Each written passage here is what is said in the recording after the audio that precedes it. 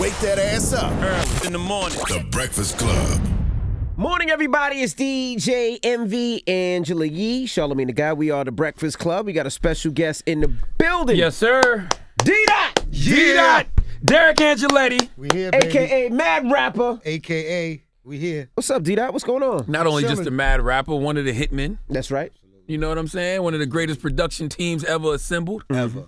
A team much You stronger. got to talk to the mic, D-Dot. Remember that? I ain't talking to the mic? There you go. Team Light Skin, I'm here, baby. What's going on? I'm blessed, man. Thanks for having me, man. I'm glad you're here, man, because you one of the people that, you came up in the 90s, early 2000s with Bad Boy. Yep. And it's like so many of these stories are being told now. Are any of these stories remotely accurate? 50%. 50%. I mean, a lot of shit is legend, man. You know what I mean? A lot of shit back in the day. You remember we used to have to embellish a little bit to come off. So a lot of people has embellished over the years to get they status. Mm-hmm. You know what I'm saying? So it's a lot of real stories, but a lot of it is just straight bullshit, man. You know what I'm saying? Biggie and the Puffy stories and all that. I hear it all. I stay low, keep firing. That's what Biggie says. So that's what I do. Would the real stories ever be told? It will. I got a podcast coming out called I Was There. And it's that. I'm not disrespecting people, but I'm telling stories from a perspective of I got witnesses. So if I tell a story about somebody, you can ask them. Tell us one story now. What's one story? The story that, like a misconception that we see about Big, that or Puff that people may not be accurate about? All right, well, all this shit about Puff ain't a producer. Mm-hmm. Like, because he don't do Push this. the He don't I push the definitely button. am one of those people that have pushed that narrative. Yeah, that's crazy to me because I know guys who can sit on the drum machine for 15 hours, make the hottest beat, and go in the studio and make the wackest song. Mm. I know somebody can go in the studio, take your beat or your track, and make a hotter song than you. Mm-hmm. Who produced that record? It's a concept thing. Mm-hmm. It's about who helps make the final product what it is. Mm-hmm. If 5 people donate to that cause, then 5 people donate to that cause. If it's one person, if you have the magic touch, Quincy Jones, R. Kelly, where you could play it, sing it, perform it, Mm-hmm. go for yours. Mm-hmm. 90% of people can't do that. So they need people like me, Diddy, Jermaine's, and Timberlands, and Pharrell's, and Dre's that go in and say, hey, man, let me put this package together for you.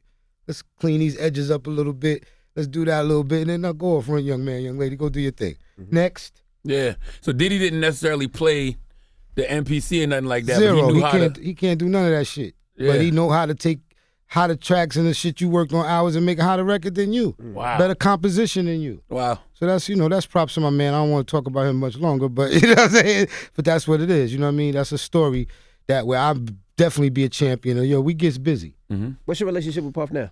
Oh, it's great. Great. We always great. I mean, we don't talk every day because he's in a different space than I am. Mm-hmm. But, when we see each other, it's always love, I don't feel like the hitmen get mentioned in the world of all-time great producers like they probably should. Yeah, we probably don't. One, because people think it was a lot of us. People think like all we did was take a loop and loop it up and shit, make people rap on it. I mean, my man Team Lightskin was there. He know what the shit really take to make records. You know what I mean? And I think it's because it was a lot of us. Because it was Puff Daddy and the Hitman as opposed to, and then people like myself, Stevie, Mario, Ron. We wasn't worried about them shout outs and all that. D-Dot. At the beginning. Right. And all that crazy shit. I just wanted to check. I'll take it from there. Think in hindsight now, I wish I would have had more people yell my name out. But that was more of a, ego thing. As long as I got my check, my publishing was straight. Like I never did them type of deals with everybody else. I didn't have no crazy management deal. I didn't sell my publishing. I didn't do none of that. So I didn't experience what some of these other people got to experience. But yeah, the Hitman, like to me, you really can't compare. We over 200 million records sold. Mm. You know what I'm saying? How did y'all do beats? Was it always a collective on every beat, or did Stevie do something? Not at all. Or you did something? How was it? Yeah, we walked in the room, everybody had their own vibe. Now what happens is if I walked in and I had a vibe, I don't play keys. Mm-hmm. But I know what I want to hear. So I'll play the bass line with 2 fingers though. Boo, boo, boo, boo, boo, boo. And Stevie come and clean it up. Mm-hmm. Or vice versa. Stevie come in and play some shit. He may say, Dot, I need some of them drums. Or Puff may come in and say, damn, Chucky would kill this with the keys. Mm-hmm. Or J-Dub would kill this with the keys. So that's how it was. It was all just Everything was a scenario set up individually based on what was going on. If you could do anything different than what you did back then, what was one thing that you would do differently? You mean anything? Anything, whether musically. I mean, is it producer? Is it sign? Is it do this? Or somebody asked you I to probably do a would have beat, learned you how do to play more instruments. I probably would have, for longevity for publishing. Them R&B dudes can last a long time if they focus. They can be playing music up until their 60s and 70s and shit. Sample producers, come on, man, we over, I probably been over for a little while. Luckily, hit making people like that is back bringing that whole vibe. So my catalog becomes extensive again. I was just in Atlanta, and people was like, yo, Dot, I know you got them untapped jewels. Oh, yeah, I do. I got over 150,000 disco records alone that we could sample, slow up, and do all that. So I'm blessed to be there. But I probably would have learned how to play instruments, guitars, and all that other shit. I play drums, but guitar, keyboard, all that. What do you think about some of the beats that you hear now where it doesn't seem too musically? It just seems about 4 or 5 tracks, and these kids are selling millions of records. Oh, man, I respect. I was down in Atlanta, man. I didn't think I just saw a car less than $100,000 down there. I was at drama in the studio. I was like, God damn, it's Mozzie's. It's Benz sitting outside. I respect it, man. It's their moment. I ain't one of them old school hater dudes. It's their moment. We had our moment. This their moment. Let them live. If they talking about bullshit. The only thing I don't really like is the drug-induced shit. Like, pushing the drugs on the kids with the boy just dying the other day. And Juice WRLD, yeah. Yeah, I ain't with all that. You know what I'm saying? Even back then, when we was pushing the drugs, we were trying to say, there's more subjects to talk about. There's more things to talk about. So I respect this era, man. They do their thing. All these old heads that's hating on these kids, man, leave these fucking This how you know the mad rapper's just a character, by the way. Right. You know what I'm saying? Oh, yeah. But I could say fuck a motherfucker in a heartbeat. Like, you know what I'm saying? Like, that's easy to, that's like a switch when it comes to that, yo, for real. Like, you know what I mean? How did the Hitman come together, though? I mean, that was a Puffy thing. He just wanted to take over the airwaves. Yeah. So he called a few people together. Why he called all of us together, you have to ask him. That was some ingenious shit. Because I wasn't, none, like Nasheem said, none of us was seasoned. He saw something. You know what I'm saying? That's a motherfucker coach who put the team together. When did y'all come around? What do you mean? It was before Ready to Die or after? It was after Ready to Die. right? Well, he had Chucky and Rashad and Trackmasters during Ready to Die, but Trackmasters went off, did their thing. Right. He had Rashad and Chucky. I don't really know what happened with Rashad over the years. Chucky stayed around, did Mary and Faith. And then somewhere in 96, after I was managing Mary with him back then, going the road, he just called a meeting. I don't know where he found Stevie J. I met Stevie J through him. Ron Lawrence was my man, and I knew Nasheem since Howard days. And he called the 4 of us together. I was like, how the fuck did he figure that out? And called him to a meeting and said, yo, let's do it. That's what the Hitman documentary is going to be about. We got a documentary coming. Okay. Hitman, yeah, all of us. So that's what that's going to be about, telling them other stories, them other stories, like how the beats was made, the real shit behind the artist, the who ain't writing, who's writing, who really ain't writing. Wow, y'all gonna put it out there like that? It's them time and days. We might as well. Motherfuckers is calling everybody every type of names and doing all types of crazy shit. You need to tell us who wasn't writing now. Just give us one. Who wasn't writing? When you say wasn't writing, what you mean? You said wasn't writing, so I'm asking who wasn't writing. I'm saying, like, for example, somebody, we may be in the studio, let's say LOX, they writing their rhymes. If the rhymes is done, the song could be over because they wasn't hook writers. So we had to come in and help and do hook writing. Or there might be a situation where you're in the studio with somebody like a Black Rob, and it may take him a while to finish the record. So somebody else may come in with an idea. He ain't writing down verbatim what they said, but it may be an idea that you could take and go to the next level. Yeah. You know what I'm saying? So my thing is, when people say you can't be great and all this other stuff, everybody has help in the studio. Everybody. So you seen Big, not Big didn't have no help.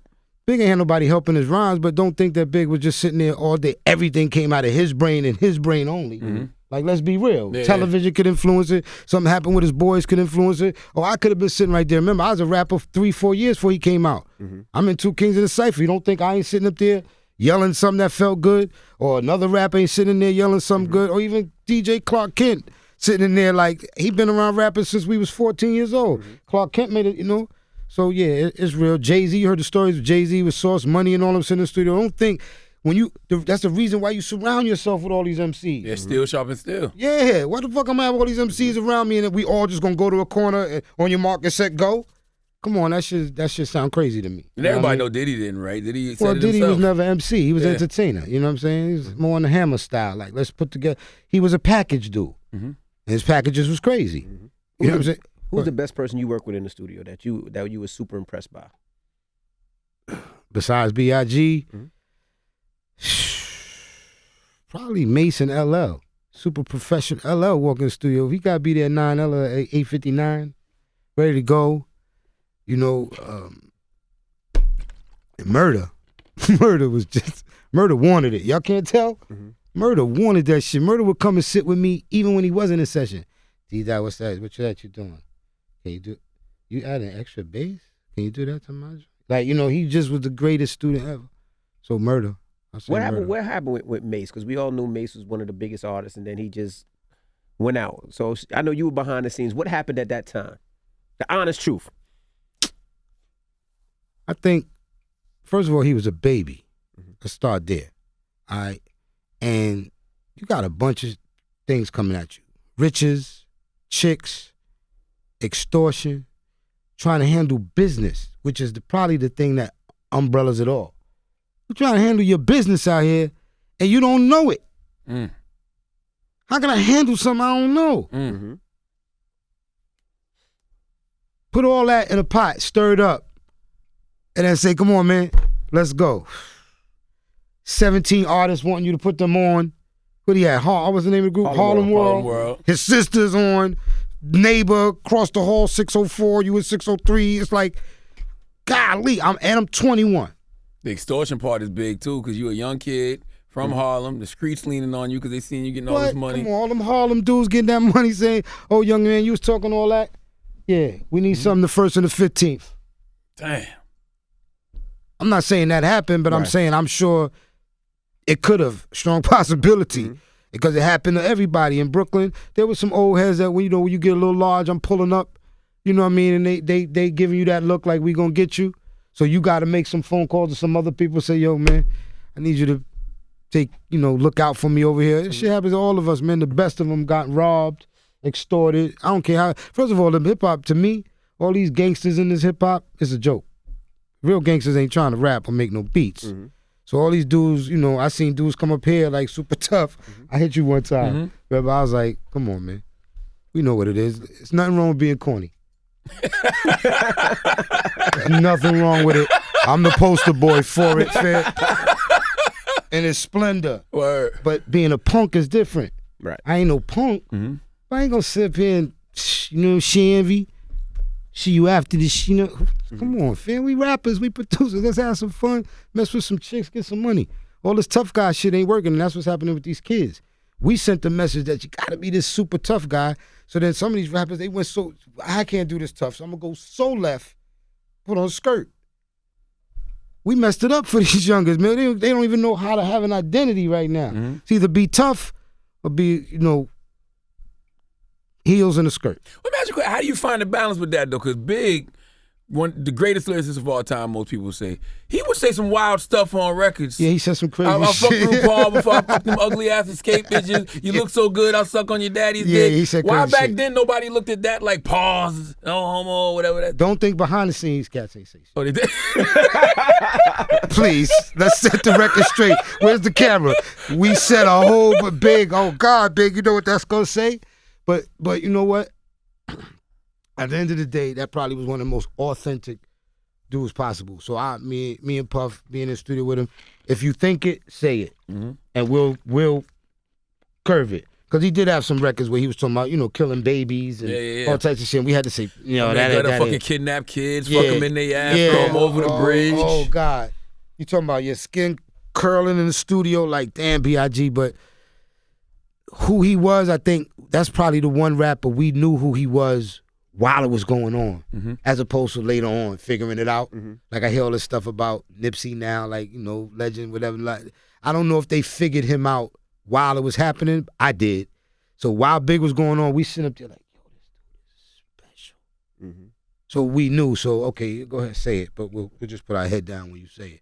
But go ahead, go for it. But even on like Who Shot You, there was some lines changed. Even when I made the 50 Cent record, did y'all know that the How to Rob? The How to Rob record,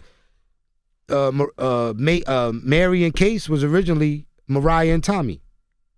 Really? You ain't with Tommy no more. You know what I'm saying? Yeah. She was like, "Whoop, this shit will not come out. I'm selling 600 million records over here. It will not come out. He had to change that. He had to change a couple of lines. Oh, so he had Tommy in there? Yeah, it was instead of Mary and Case, Yeah. it was Tommy and Mariah. Wow. In the original. He had something else in the original that we took out.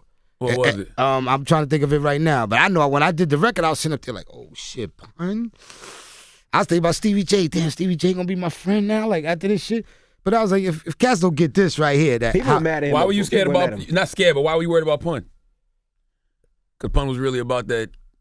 I didn't know him that well, but I felt like I did a record with Pun, and I've been in the studio with him, and it was like this. D-Dot, you ready? Shit is scary. So touching that was like, it was like You when thought it was insensitive. I thought it was super insensitive Yeah. for him, for him. Like, shit. Then there was funny shit that was just funny with the rings and Stevie J. It was just who was gonna take it. But then I had people was like, damn, why you ain't put me in it, man? That shit was dope. You know what I'm saying? But yeah, Pun, I just thought I didn't know how real he was. I didn't know him like that, but I just felt like I was insensitive. The Pun was a good call though, because he eventually did pass of a heart attack. That's what I mean. Did you catch beef behind How to Rob? You personally? A little bit. Yeah.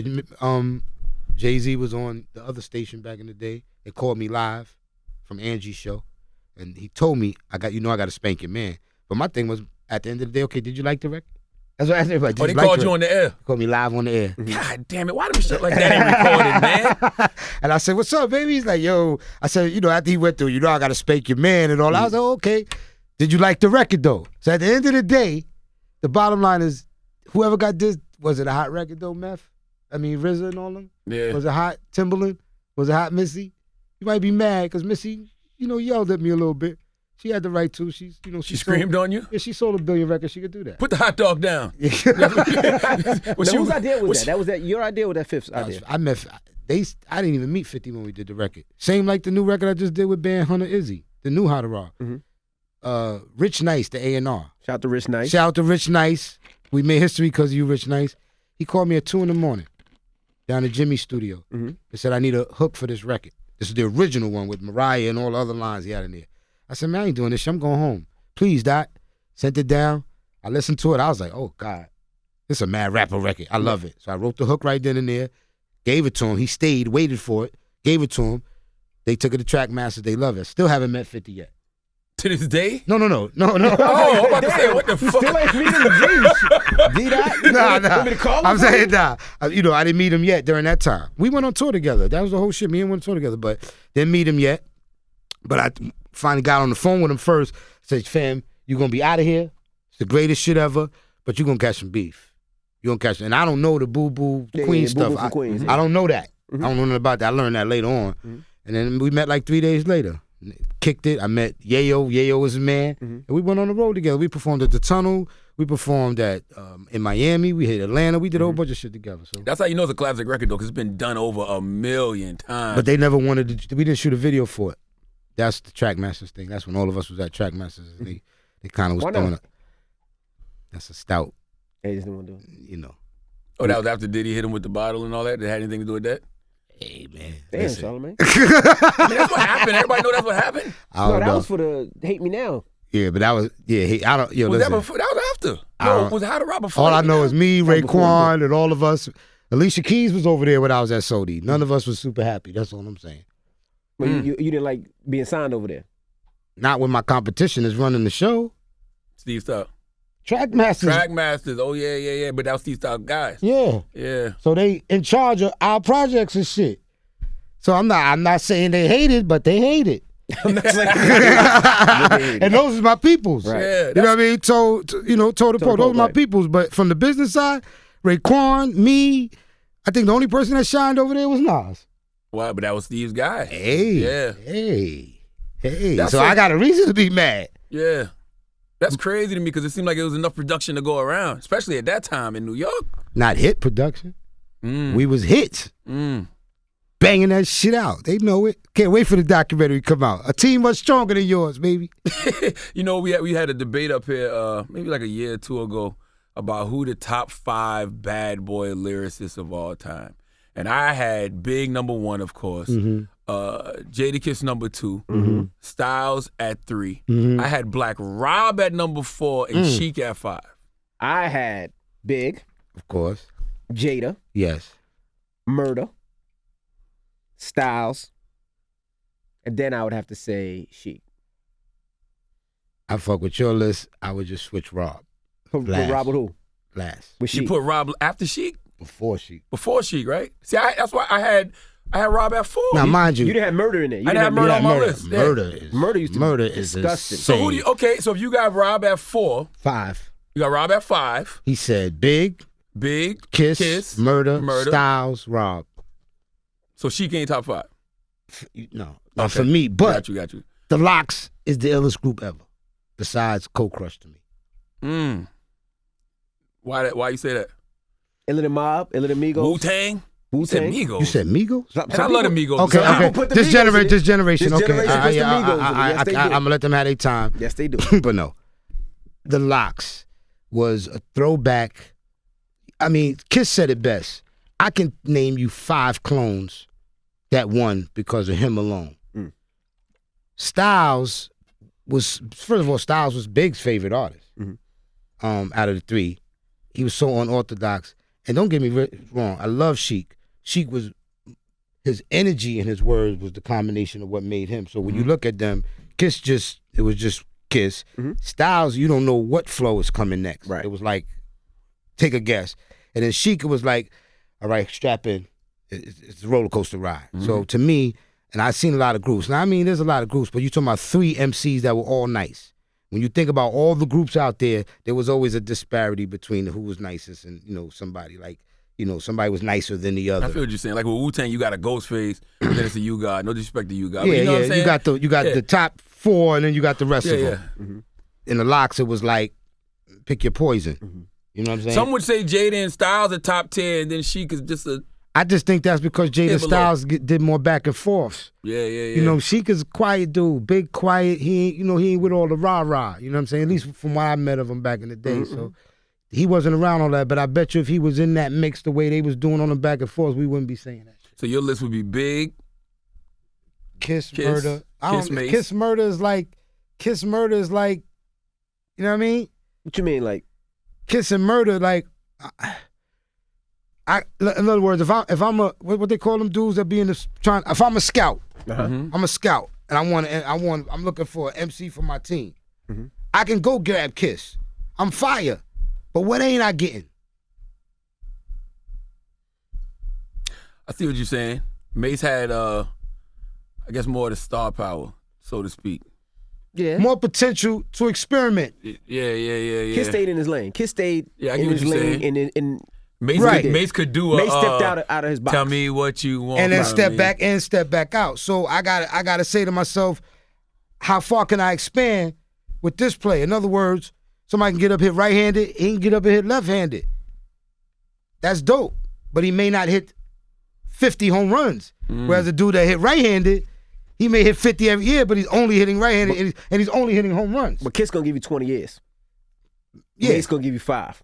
Well, based on what we know now, in hindsight. Right, Yeah, in hindsight, yeah, in hindsight. That's why but you you put- wouldn't have known that then. True. And that's why you put Mace over Styles, because Mace is more versatile, I guess. Yeah, and just super hot. I mean, all of them. To me, all of them dudes was special dudes. That's why, to me, that was the greatest A&R position anybody could have. Yeah. I played for the Yankees. I was a coach for the Yankees. I was Billy Martin. Black You know what I'm Rob is saying? so slept on to me, though. Black Rob is crazy ill, but he was a wild cowboy. Right. You talking about wild cowboy? Like Black Rob went to jail while he was signed for doing a crime, and it wasn't like he was broke. You know what I'm saying? That's how wild a cowboy he is. But probably had back then with no digital making the music, he probably had more records than everybody. Really? Hundreds, because he was Black Rob come blow that shit down and leave.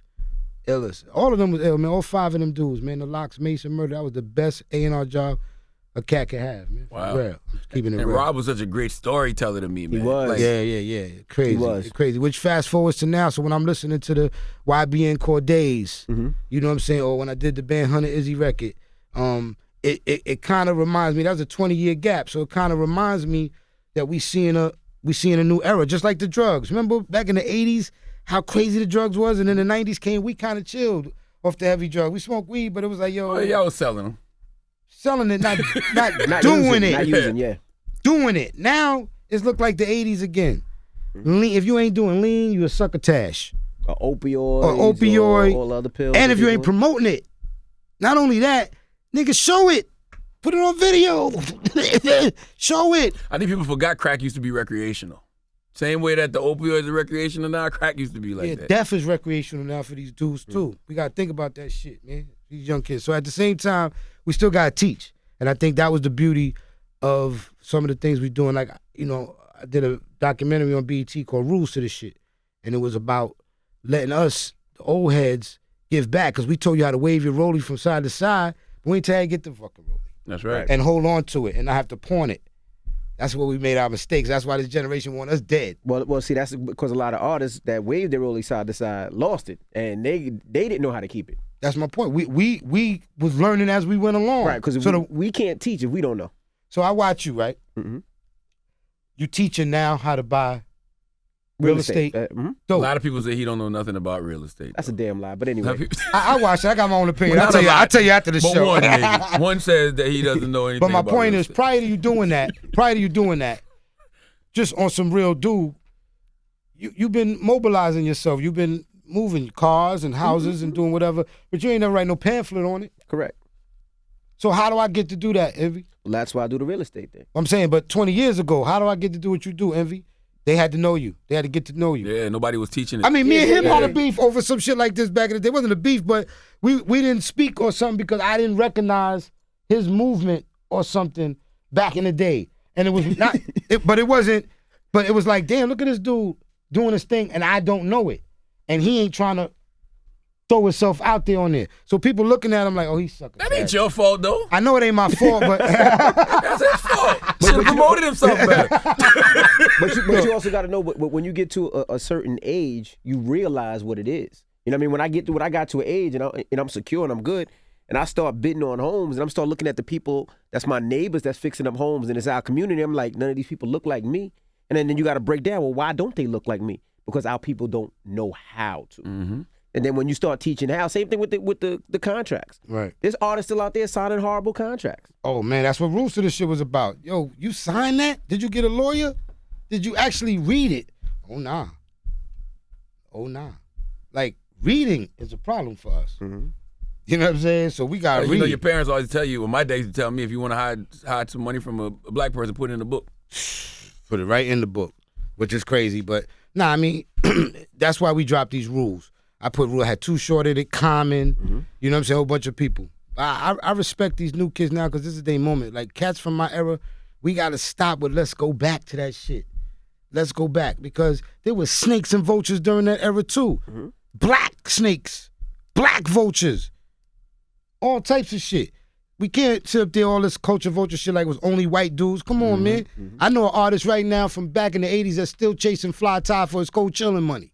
Come on, man. Stop, man. Word to my daughters. That's some crazy shit right there. I would be like, yo, motherfucker, I'd be on the phone like, yo, fair, meet me at the old cold chilling office, wherever that was. You know what I'm saying? That's the type of shit that's going on. You think Fly Tie still got that money? I have no clue, but the fact that somebody can even say that with all the shit going on, like we all sitting around and we all taking care of each other, and the white man's just sitting up there stealing from us. Meanwhile, myself, you probably, Jay, Puff, we can look to left or right and see one white dude that helped me make my millions, and I'm shaking his hand and sending him Hanukkah and Christmas gifts every year. That is a total Donnie fact. Ienner to this day, they used to do Sony, still sends me a Christmas gift because we made some fucking money together. And that is the most important thing to them in business. Black, blue, green, or white. So, you know, yeah, we got vultures in our shit too. That's respect that he still send you a Christmas present. Man, listen, that's why I can't be the guy out here talking about the Dame Dash shit. I can't do that. So what do you think about that? I know you've been around Dame before. Yeah. One of the smartest dudes I ever met. I don't know where it's at. And I don't want to judge it just on the videos, but I do know that shit look crazy, Dame. Because Leo's, one of the greatest producers in hip-hop history is Rick Rubin. White and Jewish. Who gonna front on him? Dare you. I dare you. You have more black people sticking up for him than white people. How you gonna front on Leo? Yeah, he probably did some foul shit, but how many millionaires did he make? besides football and sports, what's the one league that got more millionaires in it than any league ever? Hip-hop. Hip-hop. And don't think it was all L.A. Reeds from back in the day. Like, we just had a bunch of L.A. Reeds that looked out for us. I wish it was 10,000 L.A. Reeds out there, or Sylvias. There was a lot of Clives, there was a lot of Tommies, and there was a lot of others, and Barrys and these guys, and they played the game too, and we had to respect it, but there's a lot of people, families, like my grandkids are straight because of these dudes. Can't front on them. It's called whipped cream, coming soon. I agree with you, but I do agree with Dame on one point. But I think it goes back to what you were saying about how people just didn't know the business. Like, there should be more heads of urban music that are black. Like, heads of urban music at all these companies shouldn't be white. Why should there be? Because of the groundwork that the brothers laid in the 80s, in the 90s, in the early 2000s. Like, why can't you be the head of urban music somewhere, D-Dot? I can. They'll never let you be the head of country. They'll never let me be the head of urban either. Me, I got told I couldn't come work for you by two executives, black and white. I'm too abrasive. See, we can have a head of black music, but he has to be a certain type of head of black music. Say in a square. Gotta be a square. You gotta be a house nigga. Kaiser not a square, though. Kaiser's not a square, but Kaiser ain't abrasive. It's a difference. I get what you're saying. Kaiser ain't in there banging on his table. Man, go fuck yourself, man. This is how we do. I love Kaiser. Kaiser's an executive that should be getting awards. But you know he ain't in there fucking causing turmoil like Dame would have been. I got or you. like D-Dot would have been. How dare you put that video out without... That's the type of shit I'm doing. Not no meetings, not no conference call, not no emails. Somebody five doors down, I'm going to knock on your fucking door. Yo, yo, yo, yo, yo. Yo, yo, yo, yo, yo. So no, we all can't be running black music. Because you got to be non-abrasive to run black music. You got to be bendable. You got to be able to do your splits when necessary. So that's why. So would we rather have bendable black people or just bendable white people? Of course we would if they knew the game. Yeah. If they knew to say, yo, meet me at the back door. Spook who sat by the door. Yeah, absolutely. I'm in. After 12, come to the back door. Have your shit ready. I got you. All right. We don't got them type of Negroes. We got them type of Negroes that love their space and they applying the rules to you more than the people they work for. I couldn't even imagine walking into a office right now trying to play some music and the dude get on the computer looking at numbers. But that's what they do. Man, I don't want to go that far. Go ahead and say suck my dick. Where your fucking ear at? But that's the truth. But that's what they do. Ain't no goosebumps popping on you? Like whoever signed Lizzo, super proud. That had to be a feeling. Yeah. Along with the music. Because if she ain't walking a dime piece, 92% of these dudes would have just closed the door. Right. Idiots. But that's what the big dudes want. They just want somebody to comply with how we need it. We need numbers, fam. They want to be comfortable. They want to be safe. We don't need you to be putting your own little opinions on it like we got the next Erykah Badu. That's so weird to me. We need some numbers, man. Just tell me YouTube, SoundCloud, how their Instagram Spotify, look. yep, Let's sign them. it. Then you get disappointed when they come out and they can't make a record. Or they got one record. Or they that's it. can't talk. Yeah, you know what I'm saying? Hey, man, I thought of yesterday. Man, who the fuck is this y'all got up here, man? I be looking at y'all, man. Yo, Evie, I be texting this nigga sometimes like, man, y'all niggas is up there giving shine to buffoons. But I can't knock they hustle. Digital made it seem I can go in my I can go in my room, make a record, and then hit send right there. Yep. I ain't got to give it to 8 people for them to tell me it's whack or not whack. I can shoot my own video, hit send, put it up. Oh, your industry nigga go suck on it. You know what it is. So I can't be mad at they hustle because if you hit that lucky 6, you caught a lick. And next thing you know, you just as hot as Jay. You a real rapper now. And we comparing you to the best. Get the fuck out of here. But I can't knock it. It's they hustle. You know, if we had that when we was popping. But I can't knock that hustle. It's weird though, because Biggie said, "I never knew that hip hop would take it this far." You can't. They can't predict who gonna be who. Cause think about Lizzo. You might have signed her, but you know she's gonna be this big superstar. Cardi B. I'm just thinking about the past couple years. Right. Like you didn't know these people were gonna be these superstars. Now, would you have signed Cardi B? Now, can I tell you, I knew Shaft. Shout out to Shaft. Okay, so Shaft brought it to me early in the game when he was doing the mixtapes. Mm-hmm. And I heard her. Musically, I was like, this ain't gonna make it. But when I met her, I said, yo. She's a star. It's on. Yeah. It's on. When I met the boy that bought Diamond Cuts up here, that she first had, Lil Uzi. Lil Uzi. Lil Uzi, yeah. I was like, I was in the studio like, I don't understand some of the stuff. But when he walked out the booth, yep, get ready. It's gonna be a nice ride. So you know what I'm saying? It's a super happy balance. Mm-hmm. But that's an A&R. Yeah. That takes credit to see if somebody and say, you know what? Think about it. I'll go back to Bad Boy. If you look at Total now, the group Total, right? They wasn't in Vogue. They wasn't Destiny's Child. Mm-hmm.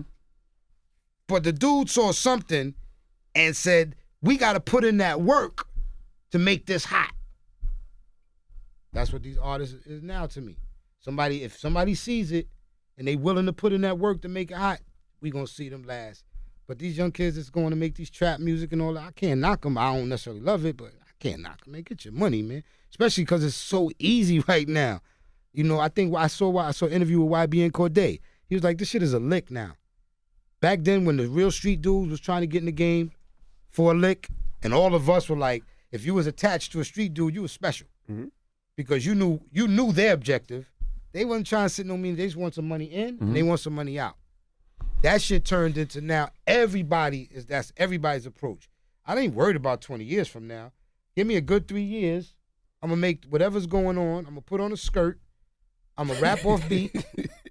I heard one dude say, yeah, I put on a skirt to do clout chasing, but I ain't gay. One of them rappers. Y'all ain't see that? He got mad that people was talking about he put on a skirt. Who was it? Man, I don't know these dudes' names. Little somebody Young or Thug, somebody, young somebody.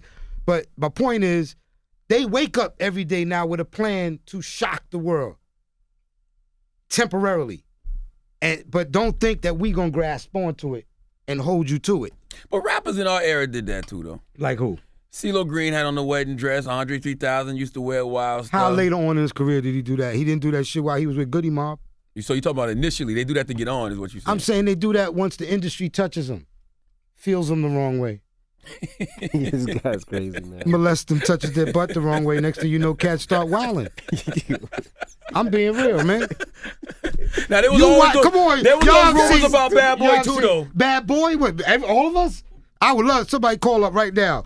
Call up. Let me hear a gay rumor about me. Remember when 50 said Puffy touched your butt? Who touched my butt? Not yours. Oh, come on, man. You got to get your semantics. You got to get the semantics right there. Yo. My mama's a doctor of English. You got to speak clear English to me. He said that about French. He said that about French. But that was always there was always rumors about Diddy. So I'm saying all that to say, not to point any fingers at Diddy. There's always been rumors about people like that in hip hop all the time. Yes, prior to Diddy too. Yes. Like Africa Bambaataa, the shit about him going on. Mm-hmm. What was the boy named? The Kid and Playboys. We heard the rumors about them back in the days, or whoever. My thing is, who gives a fuck?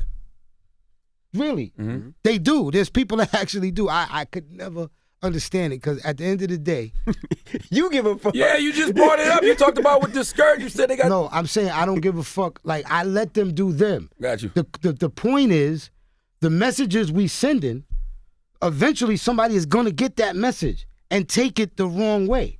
And all I'm saying is, as a unit, we can't look at everybody else and say they're the cause of our demise, when inside we ain't even unified to say, can we at least put out the same type of messages? Right. So I'm saying to you, when you see these young boys coming out in these skirts and all that, that sends a message.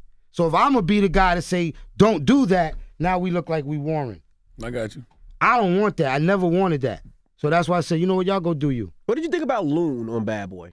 I didn't have no interaction with. I was gone by then. I mean, I know him. He was a good dude, but I didn't. Shine, Loon, the white boy, Depp. Machine Gun Kelly. No. He had another white boy before Machine Gun Kelly. That was Kane, right? Yeah. Machine Gun.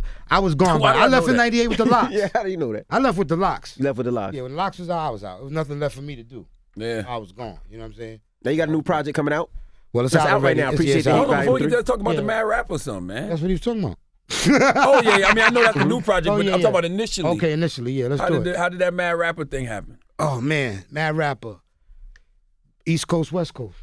We sitting in the studio one day, and you know Junior Mafia got it chimney. It looked like we need to call the fire department. Yeah. And back then, the videos got announced. Remember you would make an announcement. Mm-hmm. Some intern came running in. They about to show the video. What video? Death Row new video. All right, we Must have been New York, New York. hit him up. Hit him up. Oh shit. But y'all knew that was coming though. Some of us didn't. Not like video that far. We going that far? Mm-hmm. We going that far. Crickets. And Big just says, I know what to do. He was getting ready to go right in. Pump your brakes. This is why when the Drake Pusha beef came up, is why people like me and Puff stepped up. Because right then and there, that was the green light for us to go hamburger. Mm-hmm. And we dressed too nice for this. I got on slipper slides. I'm gonna get my ass bust. We're gonna go in the studio and we're gonna make 27 joints in a row. So every time they speak up, what the fuck is that? Hit record. What the fuck is that? Hit record. What was that? Crazy B-side. What was that? Hit record on the soundtrack. And then I said, let me spank them a hair, just a little bit. Mm-hmm. Ain't nothing, the worst film in the world is getting made fun of. Especially when you don't know it's coming. Mm-hmm. So I got him. So I went to the studio. I took the front desk girl, that was her real name, Shay. Mm-hmm. And I took Puff's cousin, who was the studio manager. His real name was Trevin Jones. Mm-hmm. And he really talked like that. And I put him in the studio. We made that interlude. That interlude was 6 minutes long. We cut it down for the shit, but I did a whole bunch of other shit. So that's how I came up, because of the Death Row shit. Mm-hmm. But I didn't want to make it, I wanted to make it funny. I didn't know it was going to go that far, though. Now, who shot you? Who Was shot that you? about Pac? Honestly.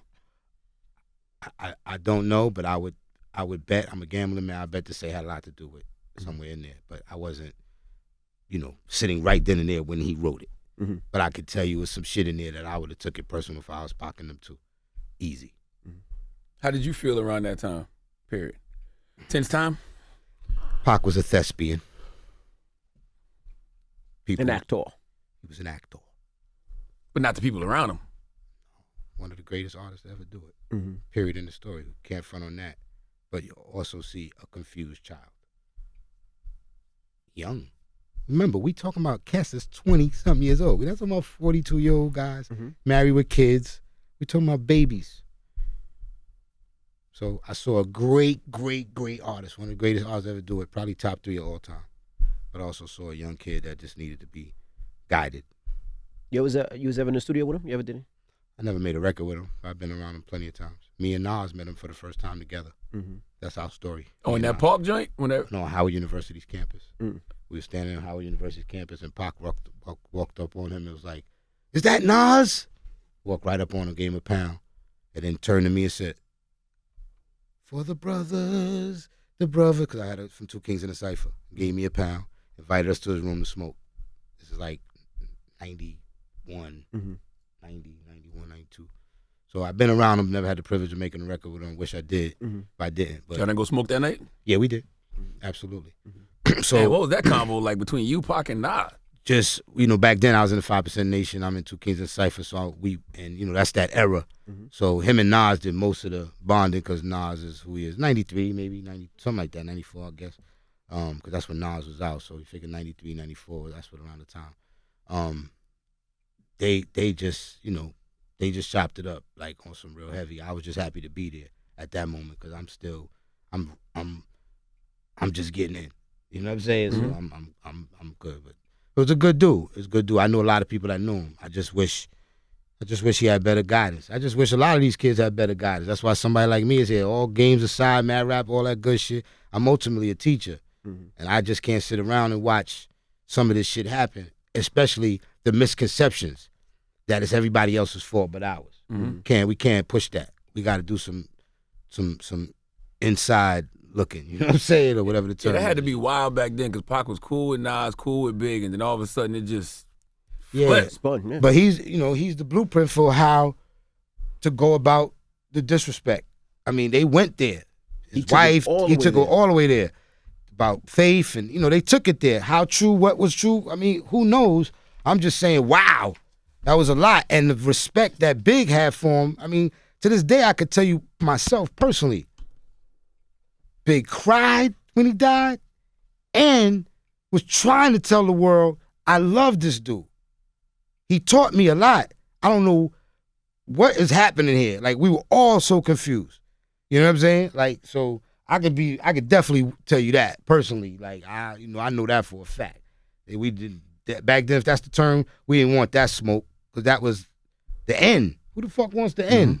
Nobody want that shit. And if it had happened to Big some months later. Yeah. And then now look, main man is in jail.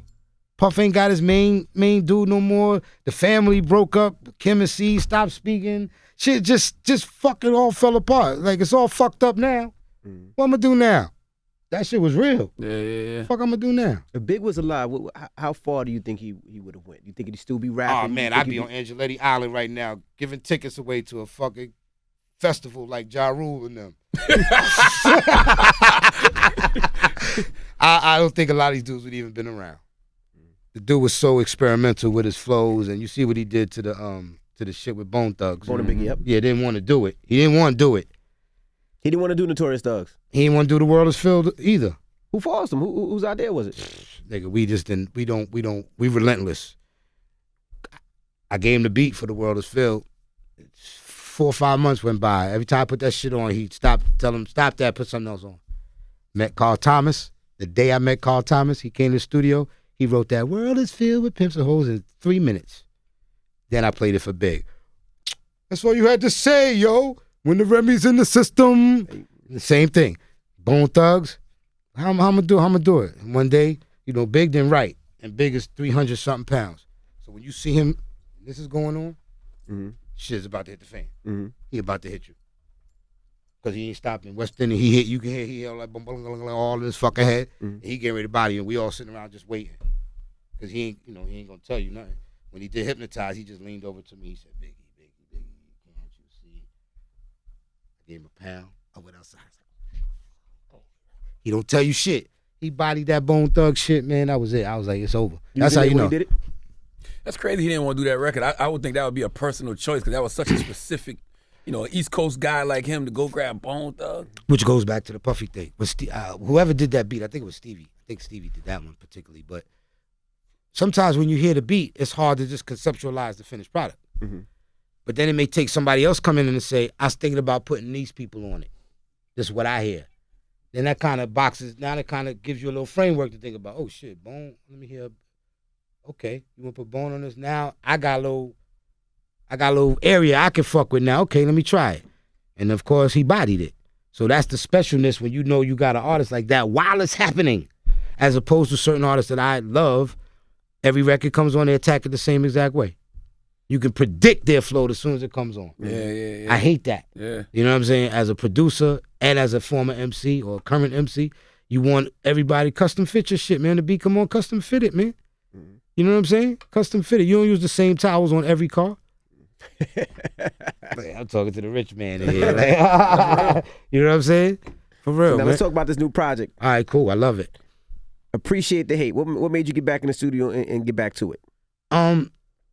Same thing. My whole career, I've been introducing new people from Kanye to 50. I was always the Black Dean Smith. I'm with them in college. I'm going to teach them all the fundamentals. I'm going to get they stock up so you top 3, top 4 draft pick. Then I'm going to move to the next dude. You know what I'm saying? So that's what Appreciate the Hates have been. I got some new shit I need y'all to hear. I got Riz Deluxe. I got Ranshaw. I got Lee Mason. I got Big Ooh. I got Suzanne Christine. Come check them out. You know what I'm saying? See what we got going on here. And hopefully, we 6 up on them. It only takes one. You know what I'm saying? That's what. And I got a little fan base left, a little couple 50-year-olds left that'll check it out. You know what I'm saying? Music is timeless, though. You look at Quincy Jones, he ain't make Thriller till 50. Yeah, so, shout out to Tracy Lee and Smoke Dizza and everybody that showed me love, you know what I'm saying? I'm just here to just keep the fire going, you know what I'm saying? It's available now? It's available now everywhere. Okay. Streaming everywhere. Crazy Cat Records. Well, we appreciate you for joining us. I love y'all, man. Thank you. D-Dot. Yes, D-Dot, sir. Angelettie. Rapper. Yes, Breakfast Club.